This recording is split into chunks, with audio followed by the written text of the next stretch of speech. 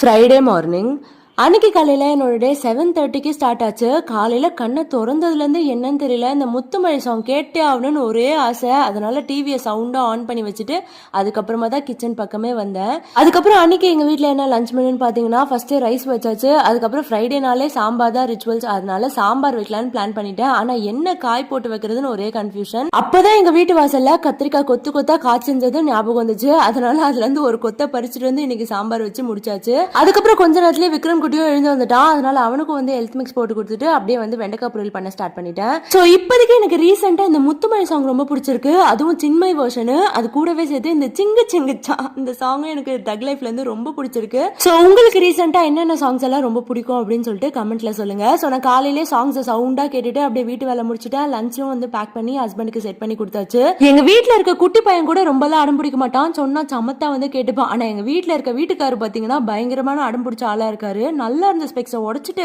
Harry Potter specs வாங்க போறாராமா. சம்மடி வாங்கவே ஓடி போயிரு அப்படின்னு சொல்லிட்டு காலையிலே திட்டி ஆஃபீஸ்க்கு அனுப்பியாச்சு. அதுக்கப்புறம் எங்க வீட்டு பின்னாடி மல்லிகைப்பூ பூத்து பயங்கரமான கமகமான ஸ்மெல்லு. அதனால அதுல 4 பறிச்சு அழகா கட்டி தலையில வச்சுட்டு மேல் வீட்டு ஆண்டி கூட ஃப்ரைடே மார்க்கெட் போயாச்சு. அதாவது பல்லாவரம் சந்தை. யாரெல்லாம் இங்க போயிருக்கீங்கன்னு சொல்லுங்க. நாங்க ஆனா ஸ்ட்ரைட்டா செடி கடைக்கு மட்டும் போயிட்டு செடியெல்லாம் வாங்கிட்டு வீட்டுக்கு வந்துட்டோம். ஆண்டி நிறைய செடி வாங்கினாங்க, நான் 2 மட்டும் வாங்கிட்டு ஒரு பாட்டு வாங்கிட்டு வீட்டுக்கு சந்தோஷமா ஓடி வந்துட்டேன்.